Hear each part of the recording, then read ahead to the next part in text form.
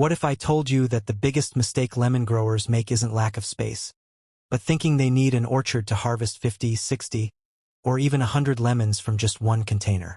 Stick around because today I'm revealing the underground secrets commercial growers don't want you to know about. Hey there, green thumbs and plant lovers. Welcome back to Earthly Gardening, where we prove you don't need deep pockets to grow deep roots. If you're new here, you've just joined a community of thousands who are transforming balconies, patios, and tiny spaces into abundant food forests. I'm pumped you're here because today's episode is absolutely loaded. Before we dive into these game-changing techniques, do me a quick favor. Smash that subscribe button and tap the notification bell so you never miss our budget-friendly growing hacks. And here's a challenge. If you learned just one new technique today that you've never heard before, drop a comment telling me which number blew your mind. Deal?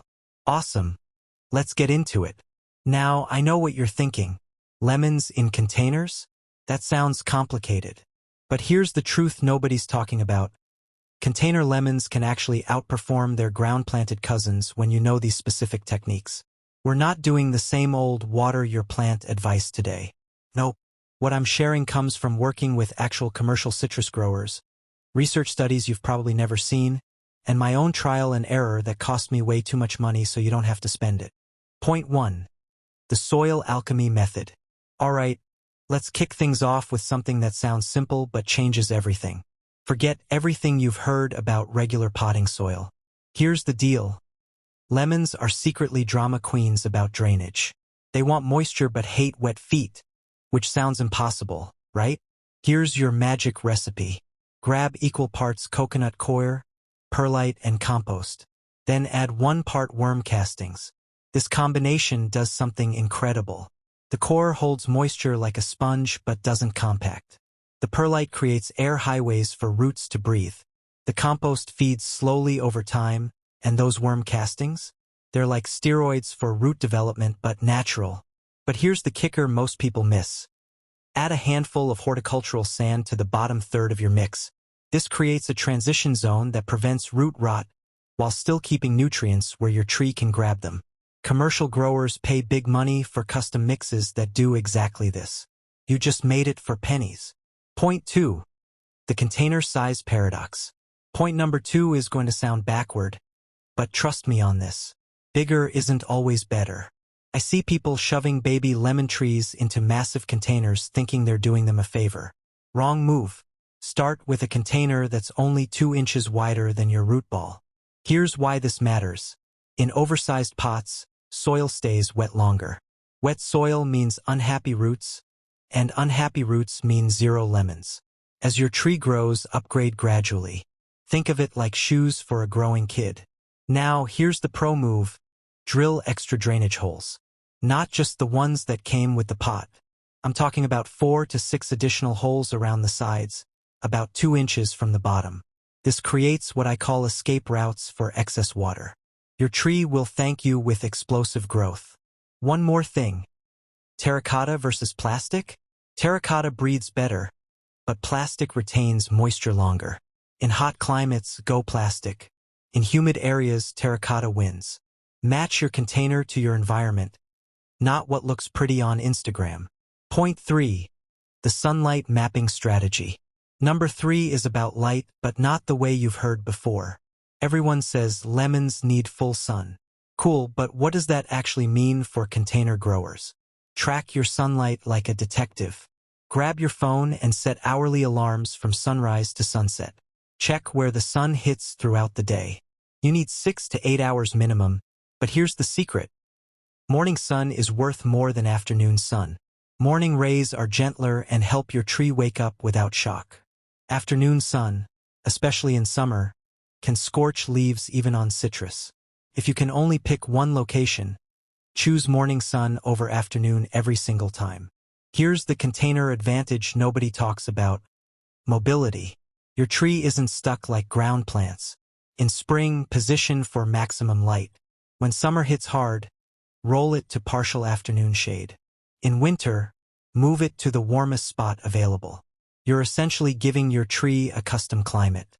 That's powerful. Point 4. The watering rhythm technique. Watering is where most people crash and burn, so point 4 is crucial. Forget schedules. Forget watering every 3 days or twice a week. That advice is useless because your environment is unique. Here's what works, the finger test, but upgraded. Stick your finger 3 inches deep into the soil. If it's dry at that depth, it's watering time. If it's moist, wait another day. Sounds simple, but here's where it gets interesting. When you water, do it in 2 stages. First pass, water until you see it drain from the bottom. Walk away for 20 minutes. Come back and water again. This double soak method ensures the entire root zone gets hydrated, not just the top layer. Single watering often creates dry pockets in the middle of your container, and roots avoid those areas like they're haunted. Add this to your routine. Once monthly, do a flush watering. Use 3 times the container volume in water. This washes out salt buildup from fertilizers and minerals in your water. Salt accumulation is a silent killer for container citrus. Quick pause right here.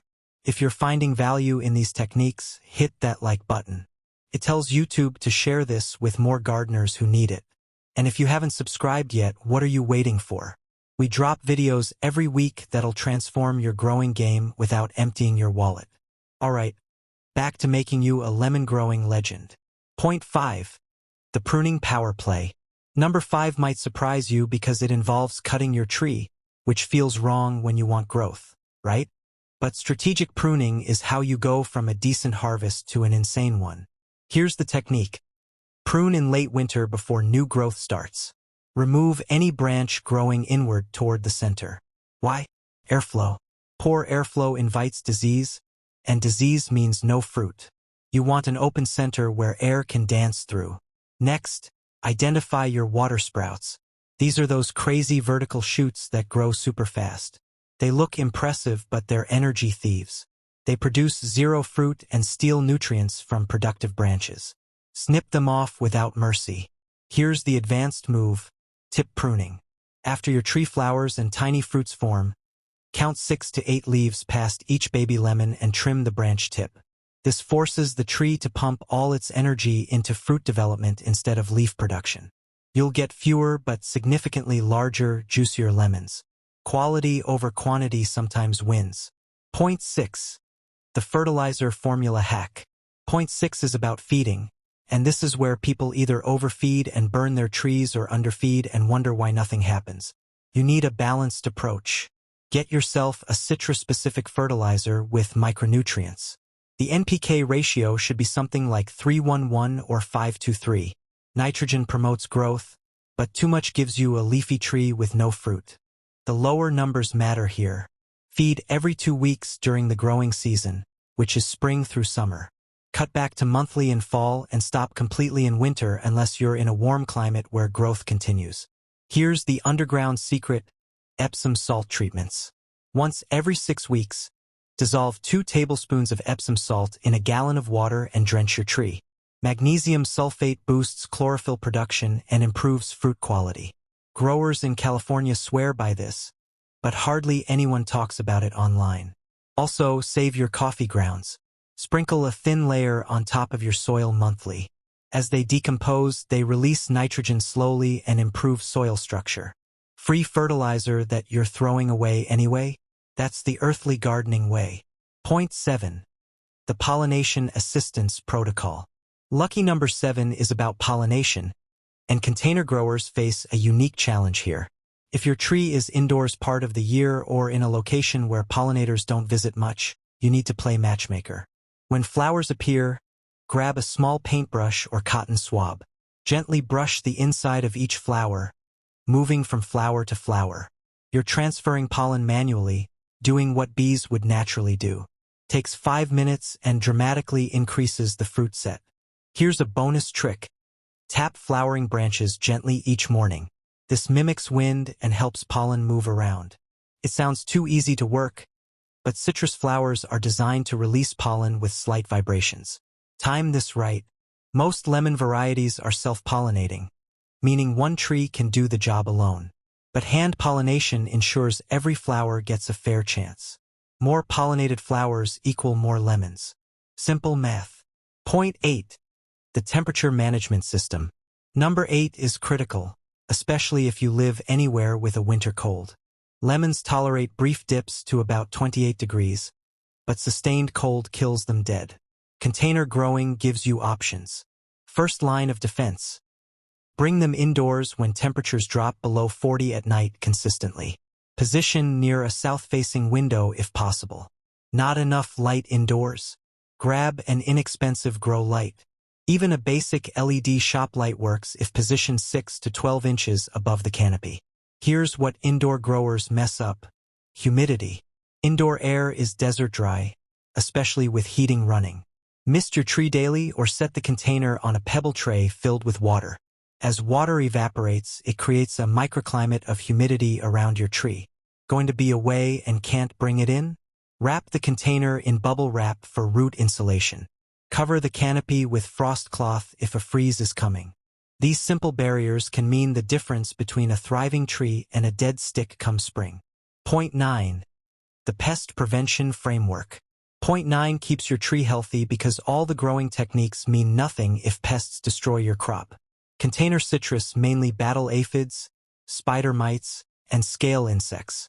Prevention beats treatment every time. Spray your tree weekly with a simple mixture. 1 tablespoon of neem oil, 1 teaspoon of dish soap, and a quart of water.